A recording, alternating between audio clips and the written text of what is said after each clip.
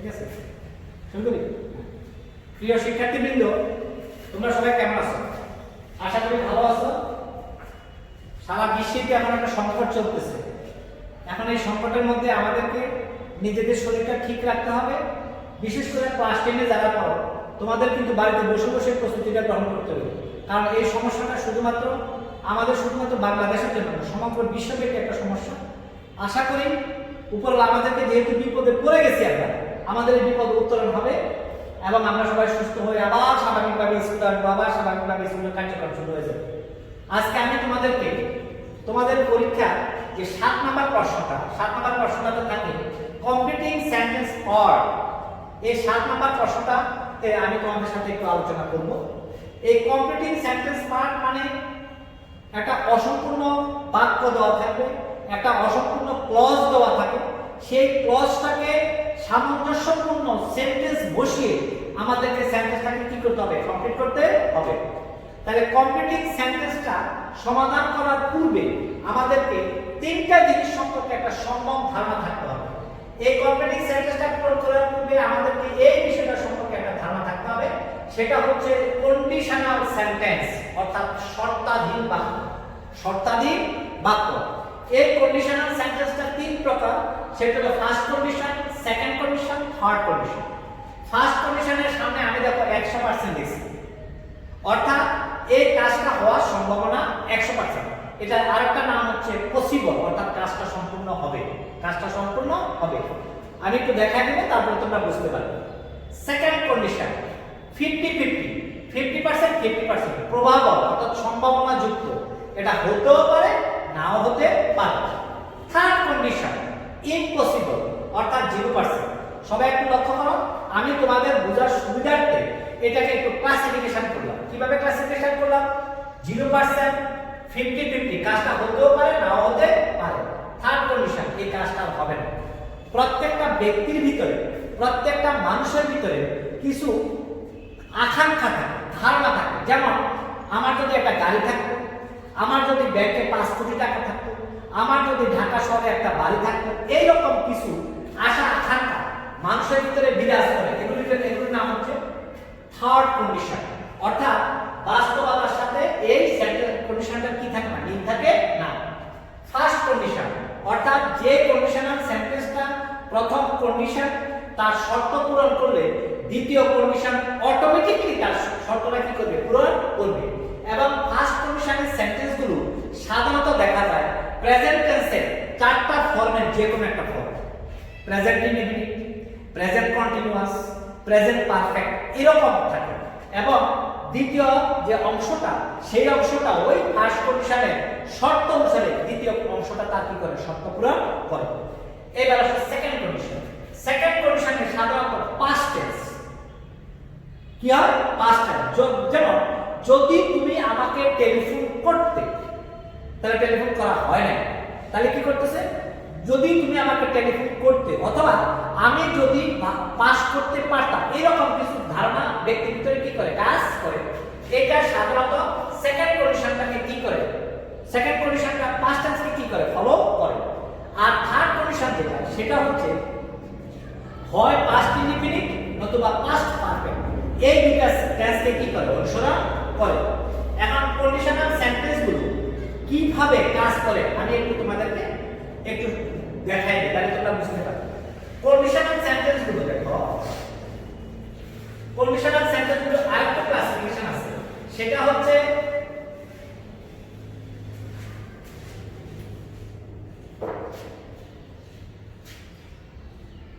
হচ্ছে বেশিরভাগ কন্ডিশনাল সেন্টেন্সগুলো কি হয়?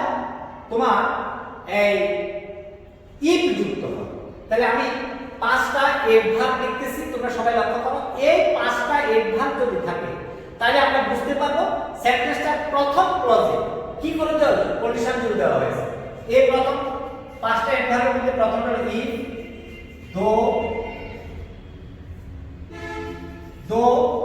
although,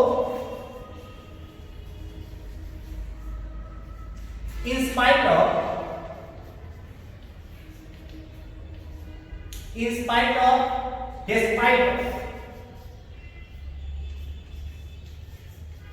despite. এই পাঁচটার অর্থ হচ্ছে যদি অথবা যদিবা,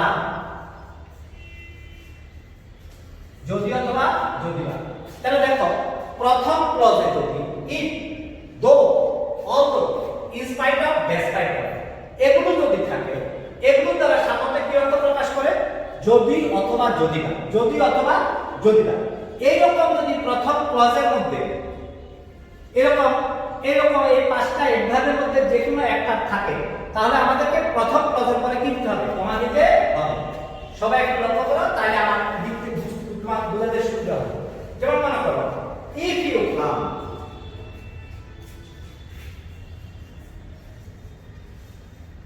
ইফ ইউ কাম, তাহলে দেখো এখানে প্রথম ক্লজের পরে কি দেওয়া হয়েছে? কমা দেওয়া হয়েছে, কারণ এখানে একটা শর্ত তুলে দেওয়া হয়েছে। তাহলে এটা দ্বারা কি বোঝাইতেছে? যদি তুমি আসো, ইফ ইউ কাম। তাহলে দেখো আমাদেরকে সামঞ্জস্যপূর্ণ একটা সাবজেক্ট থাকতে হবে আই, তারপর লিখতে হবে শ্যাল অথবা will go. If you come I shall go. এখন পরীক্ষাতে তোমাদের কি হতে পারে? পরীক্ষাতে তোমাদের হয় এই প্রশ্নটা দেওয়া থাকবে, তোমাদেরকে এই প্রশ্নটা বসাইতে হবে, যেই প্রশ্নটা বসাইবে সেই প্রশ্নটা নিচে তোমরা দাগ দিবে, অথবা দ্বিতীয় অংশ দেওয়া থাকলে প্রথম অংশ তোমাদেরকে কি করতে হবে? বসাইতে হবে। এখানে একটা কমা দিয়ে আই শ্যাল গো, তাহলে তোমাকে কি করতে হবে? শর্তাতে একটা বাক্য এখানে বসাই দিতে হবে। তাহলে if you come I shall গো।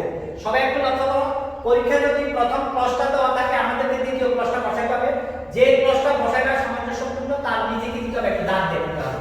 তাহলে if you come I shall go. Conditional সেন্টেন্সে first condition, second condition, third condition, প্রত্যেকটা কন্ডিশনাল সেন্টেন্সে আবার কি আছে? কতগুলো ধারা আছে। যেমন মনে করো ফার্স্ট কন্ডিশনে প্রথম প্রশ্ন হচ্ছে ই প্লাস প্রেজেন্ট প্লাস প্রেজেন্ট, ই প্লাস প্রেজেন্ট প্লাস ফিউচার। প্রথমটা হচ্ছে ই প্লাস প্রেজেন্ট প্লাস ফিউচার। তাহলে দেখো আমরা কি করলাম? আমি কিন্তু তোমাদেরকে এখন ফার্স্ট কন্ডিশন নিয়ে আলোচনা করতেছি। তাহলে কি আসছে? ই প্লাস প্রেজেন্ট প্লাস ফিউচার। তাহলে আমি একটা সেন্টেন্স দেখি, তাহলে বুঝতে সুবিধা হবে। ইফ ইউ কাম, তাহলে দেখো ই আসলো, প্রেজেন্ট ইনডিফিনিট আসলো, ইফ ইউ কাম কমা দিলাম, এই যে ফিউচার, তাহলে একটা সাবজেক্ট আমরা আর এখানে তুমি পারবা শ্যাল অথবা উইল, শ্যাল অথবা উইল এই যে হয়ে গেছে if you come I shall go. দেখো তো ঠিক আছে কিনা? তাহলে ইফ আসলো সূত্র অনুসারে ইফ, প্রেজেন্ট টেন্সে আসলো if you come present indefinite, future আসলো সাবজেক্ট নাকি সামঞ্জস্যপূর্ণ একটা সাবজেক্ট নিয়ে আসলাম আই, তার সাথে তুমি ভার্ব উইল অথবা শ্যাল অথবা উইল আর একটা প্রিন্সিপাল ভার্ব বসাই দিলাম গো। তাহলে if you come I shall go. দ্বিতীয়টা দেখো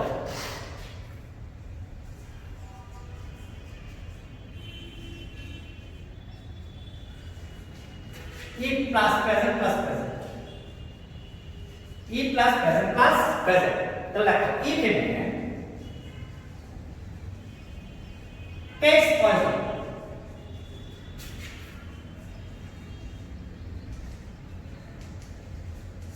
if a man takes poison,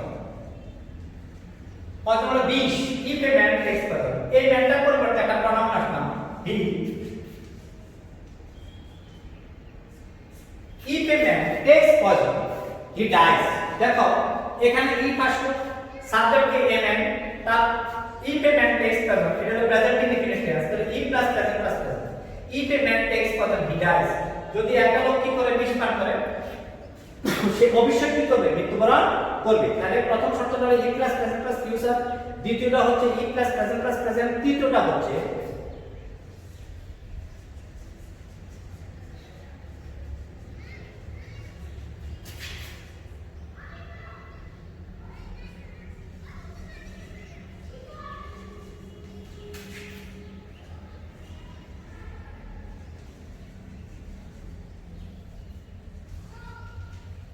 তাহলে ই plus present plus shall will can could এগুলো কি হবে? ব্যবহৃত হবে। তাহলে দেখো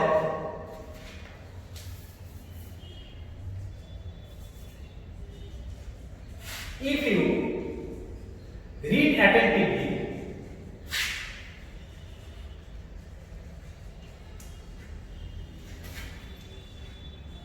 if you read attentively you can অথবা you can pass the exam if you read attentively. তাহলে দেখো এ হলো present tense, if you read attentively, if টা যুক্ত হলো subject you, if you read attentively, যদি তুমি মনোযোগ সহকারে পড়ালেখা করো, you can, এখানে কোনটা আসছে can, তুমি পারবে, you can pass the exam। এই হলো ফার্স্ট কন্ডিশনাল স্ট্রাকচার।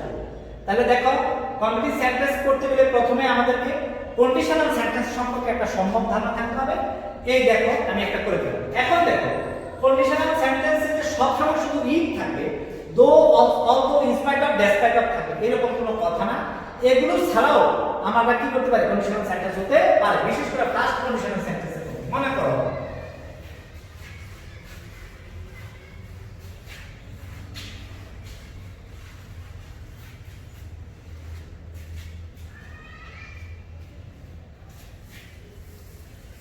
একটু আগে আমি যে রুলসগুলো করালাম বা তোমাদেরকে দেখিয়ে দিলাম সেগুলো হচ্ছে ওপেন কন্ডিশনাল সেন্টেন্স, অর্থাৎ এখানে শর্তটা সরাসরি সেন্টেন্সের মধ্যে কি আছে দেওয়া আছে, শর্ত ছাড়াও কিছু কিছু সেন্টেন্স হতে পারে, যেমন মনে করো ওইগুলোকে বলা হয় ক্লোজ কন্ডিশনাল সেন্টেন্স।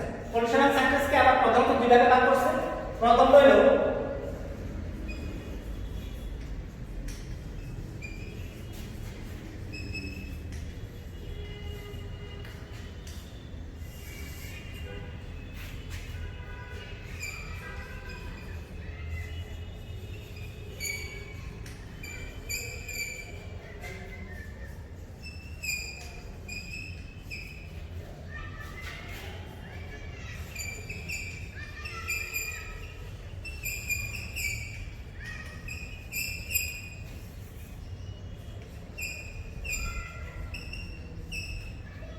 এই কন্ডিশনাল সেন্টেন্সকে আবার দুই ভাগে ভাগ করছে, সেটা হলো ওপেন কন্ডিশনাল সেন্টেন্স আর হচ্ছে ক্লোজ কন্ডিশনাল সেন্টেন্স। অর্থাৎ শর্তযুক্ত যদি হয় তাহলে হবে ওপেন কন্ডিশনাল সেন্টেন্স, শর্তবিহীন যদি হয় সেটা হবে ক্লোজ কন্ডিশনাল সেন্টেন্স। তো ওপেন কন্ডিশনাল সেন্টেন্স সম্পর্কে আমি আলোচনা করছি, এখন আমি তোমাদের সাথে ক্লোজ কন্ডিশনাল সেন্টেন্সটা নিয়ে আলোচনা করব। সবাই একটু মনোযোগ দিয়ে দেখো। A man is known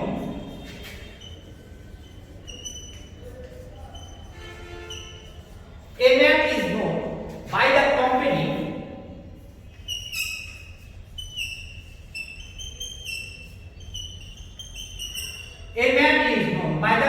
he keeps। A man is known by the company he keeps। সবাই লক্ষ্য করো এই সেন্টেন্সটাতে সরাসরি কি নেই, কোনো শর্তযুক্ত শব্দ নেই।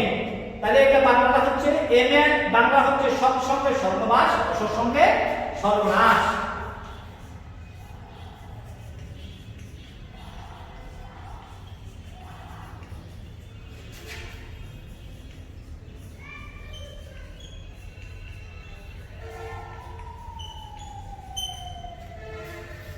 A man is known by the company he keeps। সৎসঙ্গে স্বর্গবাস, অসৎসঙ্গে সর্বনাশ।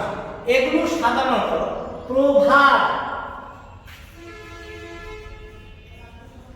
অর্থ কি? প্রবাদ বাক্য। আমাদের যাদের কাছে ডিকশনারি আছে, ডিকশনারির পিছনের পাতায় দেখবা প্রভাবের একটা চ্যাপ্টার আছে, ওই চ্যাপ্টারে এই ওয়ার্ডগুলো কি করে দেওয়া থাকে। আচ্ছা, তোমাদের যে 7 নম্বর কোশ্চেনটাতে কন্ডিশনাল সেন্টেন্সটা আসবে, সেখানে কিন্তু যে প্রশ্নই থাকুক না কেন সেখানে প্রভাবযুক্ত একটা সেন্টেন্স থাকবেই। অতএব ওই বইগুলো পড়ে, বিশেষ করে ডিকশনারিগুলো পড়ে তোমরা ওইখান থেকে প্রভাবগুলো কি করতে হবে, মুখস্থ করে নিতে হবে। যেমন মনে করো এস্টিস অফ টাইম সেভস 9, এটা বাংলাটা হচ্ছে সময়ের 1 ফুট অসময়ের 10 ফুট। এরকম অনেক প্রভাব থাকতে পারে, একটা প্রভাব থাকবে। তোমাদের কন্ডিশনাল সেন্টেন্সে 4 নাম্বার সেন্টেন্সটা সাধারণত প্রভাবে দেওয়া থাকে। অতএব এই প্রভাবের এটা পাওয়ার সবচেয়ে ভালো উৎস হচ্ছে তোমাদের বাড়িতে যে ডিকশনারিটা আছে, বিশেষ করে এটি দেবে যে ডিকশনারিটা আছে, সেই ডিকশনারির পিছনের দিকে, এটি দেবে ডিকশনারির পিছনের দিকে প্রভাবের একটা চ্যাপ্টার আছে। ওই চ্যাপ্টার থেকে তোমাকে কি করতে হবে, এই প্রভাবগুলো মুখস্থ করে নিতে হবে। যেমন মনে করো বার্কিং ডগস শ্যালডম বাইটস, অর্থাৎ ঘেউ ঘেউ করা কুকুরে সাধারণত কি করে না, কামড়ায় না। তাহলে তোমাদের সেন্টেন্সটা দেওয়া থাকবে বার্কিং ডগস, তোমাদেরকে বসাইতে হবে শ্যালডম বাইটস। বা পরীক্ষায় এরকম দেওয়া থাকবে a man is known, a man is known, এই অংশটা দেওয়া থাকবে, তোমাদেরকে পরবর্তী অংশটা কি করতে হবে, বসাইতে হবে। By the company he gives, অর্থাৎ একটা লোকের পরিচয় সে কি ধরনের বন্ধু বান্ধবের সাথে চলে, অর্থাৎ সৎসঙ্গে সঙ্গবাস, অসৎসঙ্গে সঙ্গবাস। এখন আমি আবার মূল আলোচনায় চলে আসতেছি। কমপ্লিটিং সেন্টেন্সে কিছু উল্লেখযোগ্য রুলস আছে, সেই রুলসগুলো আমি তোমাদের সাথে আলোচনা করতেছি। সবাই খাতা কলমে লেখো।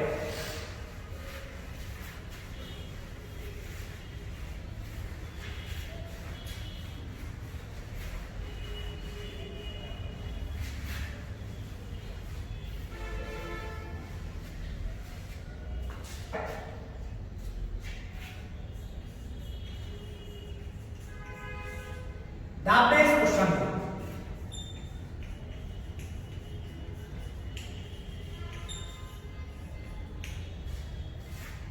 প্রথম প্রশ্ন হলো ডাবলেস কোশ্চেনযুক্ত কমপ্লিট সেন্টেন্সকে আমরা কিভাবে কমপ্লিট করব।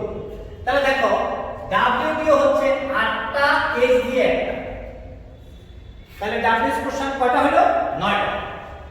কয়টা, 9টা। ডাব্লিউ দিয়ে 8টা আর এইচ দিয়ে 1টা, এইচ দিয়ে সূত্র হচ্ছে হাউ, আর বাকিগুলো সব হচ্ছে ডাব্লিউ দিয়ে। হোয়ার, হোয়েন, হোয়াই, হোয়াইল, হ্যাঁ, তারপরে হুম, বাই হুম, এরকম ভাবে এরকম কত থাকে, 8টা, আর এইচ দিয়ে 1টা। এখন ডাব্লিউ এইচ যুক্ত সেন্টেন্সকে কিভাবে আমরা কমপ্লিট করব। মনে করো I, it is I, it is I, who. লক্ষ্য করো একটু তোমাদের পরীক্ষা দেওয়া থাকবে, it is I present indefinite, present indefinite, এইটাকে বলা হয় অ্যান্টিসিডেন্ট, অ্যান্টিসিডেন্ট, বাংলা বলা হয় পরিপূরক, বাংলা কি বলা হয়, পরিপূরক। এখন দেখো প্রথম ক্লজের মধ্যে সাবজেক্টটা কি, আই, দেখো ইট ইজ আই, আমি সেন্টেন্সটা লিখে দিই তারপর ব্যাখ্যা করব। কেমন, হু অ্যাম টু ব্লেম। তোমরা এখন আমাকে প্রশ্ন করতে পারো স্যার এখানে একটা আমি কিভাবে বসাইছি। লক্ষ্য করো এই হুটা হচ্ছে অ্যান্টিসিডেন্ট, পরিপূরক। এখানে দেখো ইট ইজ আই, তাহলে আমরা প্রথম ক্লজের পরে যে শেষের দিকে যে সাবজেক্টটা আছে সেই সাবজেক্টটা হলো ফার্স্ট পারসন, এবং ফার্স্ট পারসন কি, আই। এই জন্য তার সাথে কি করছে, যেহেতু এটা প্রথম প্রশ্ন প্রেজেন্ট টেন্সে দেওয়া আছে, দ্বিতীয় প্রশ্নতে প্রেজেন্ট টেন্সে লেখা অনুসারে আমরা কি বসালাম, এন্ড। তাহলে ইট is I, it is I who am to blame, আমি সেই ব্যক্তি যার উপর কি দেওয়া হয়েছে, দোষ দেওয়া হয়েছে। এখন লক্ষ্য করো তাহলে আমরা কি বুঝলাম, প্রথম প্রশ্নে প্রেজেন্ট ইনডিফিনিট টেন্সে দেওয়া আছে, এই জন্য প্রেজেন্ট ইনডিফিনিটকে রেফার করার জন্য আই এর সাথে উইল হিসেবে কি আছে, হ্যাঁ। তাহলে ইট is I who am to blame. এখন লক্ষ্য করো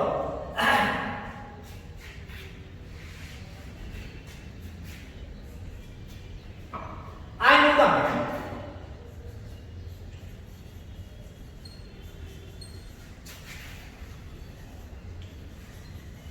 সে একই কথা অ্যান্টিসিডেন্ট অথবা রিলেটিভ প্রনাউন হিসেবে কি আসবে, হু। তাহলে দেখো প্রেজেন্ট প্রথম ক্লজটা কিসে দেওয়া আছে, প্রেজেন্ট ইনডিফিনিট টেন্সে দেওয়া আছে, কিন্তু এটা প্রথমটাতে কিন্তু দেখো লক্ষ্য করো দুইটা ক্লজের মোটামুটি কি আছে, প্রেজেন্ট ইনডিফিনিট টেন্সে দেওয়া আছে, কিন্তু এটাকে প্রেজেন্ট ইনডিফিনিট ক্লজ দিয়ে আমরা কি করতে পারবো না, ব্যবহার করতে পারবো না। তো দেখো I know the man who,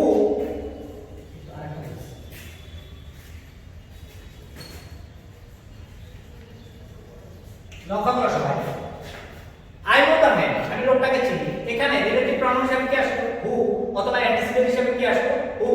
এখন দেখো এটা আছে প্রেজেন্ট ইনডিফিনিট টেন্স, কিন্তু এটাকে পাস্ট ইনডিফিনিট টেন্সে কি হয়েছে, ব্যবহার করা হয়েছে।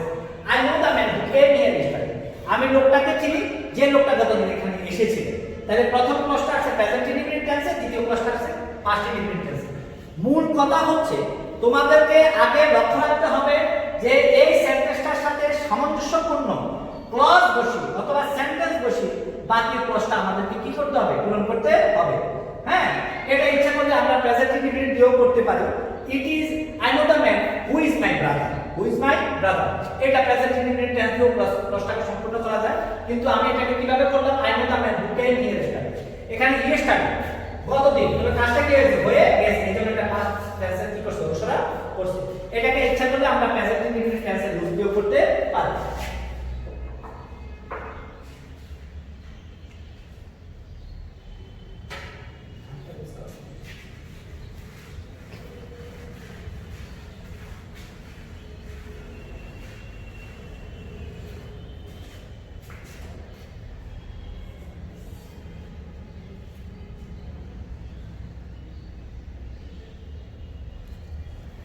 আমরা আজকে তোমাদের সাথে শুরু করি আমরা প্রিয় শিক্ষার্থী কিন্তু আমরা আজকে তোমাদের সাথে দ্বিতীয় রুলসটা as অবলিক as গো এটা বাংলা হলো যেন অবলিক মত যেন অবলিক মত কমপ্লিট সেন্টেন্সে প্রথম ক্লজে যদি কমপ্লিট সেন্টেন্সে প্রথম ক্লজে যদি as অথবা as গো থাকে তাহলে সেন্টেন্সটাকে আমরা কিভাবে কমপ্লিট করব সবাই একটু লক্ষ্য করো আমি রুলসটা লিখে দেই তারপর দেখো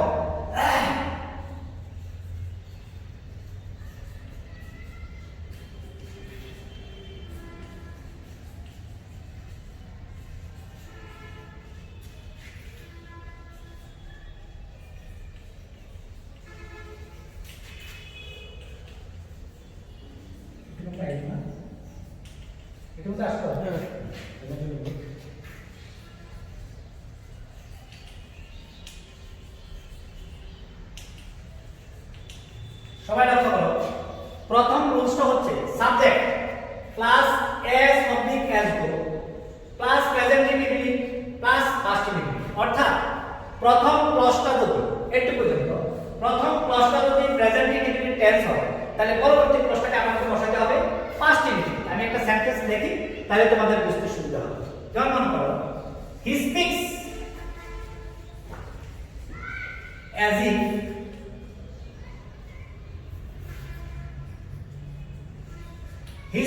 as if he speaks as if present indefinite সাবজেক্টটা এখানে যেহেতু প্রনাউন হিসেবে এখানে প্রনাউন নিয়ে আসলাম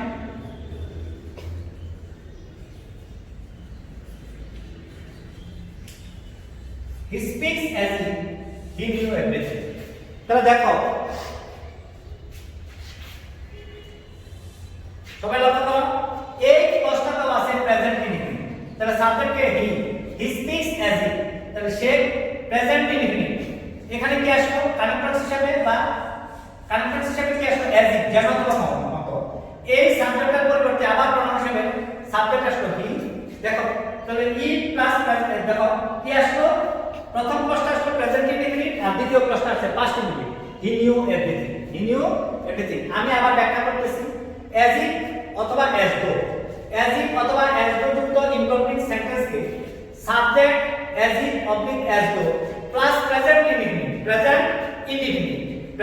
ইনডিফিনিট হলে পরবর্তী ক্লজটা হবে পাস্ট ইনডিফিনিট এবার রুল 2 রুল 3 টা একটু দেখে দিয়ে দিই subject plus as if plus past indefinite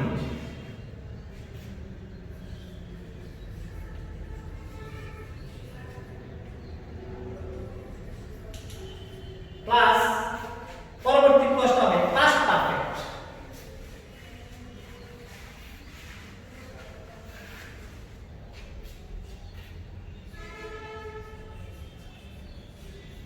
পরবর্তী ক্লজটা হবে পাস্ট পারফেক্ট আমি একটা সেন্টেন্স দেখি তাহলে তোমাদের বুঝতে সুবিধা হবে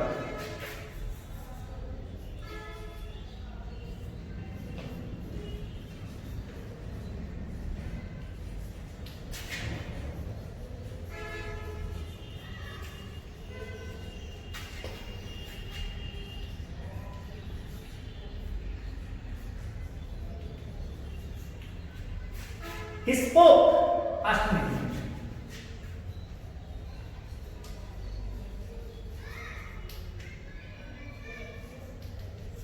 past perfect subject plus had মূল ভার্বের past participle বাকিটা যা আছে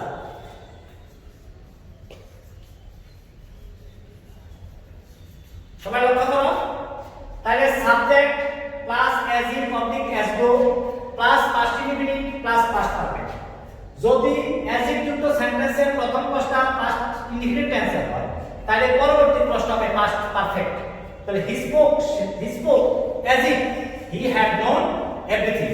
প্রিয় শিক্ষার্থীবৃন্দ, সবাইকে অনেক ধন্যবাদ। আগামী দিনে আমি আবার তোমাদের অনলাইনে আসবো এবং পরবর্তী রুলসগুলো দেখাবো। সবাইকে ধন্যবাদ।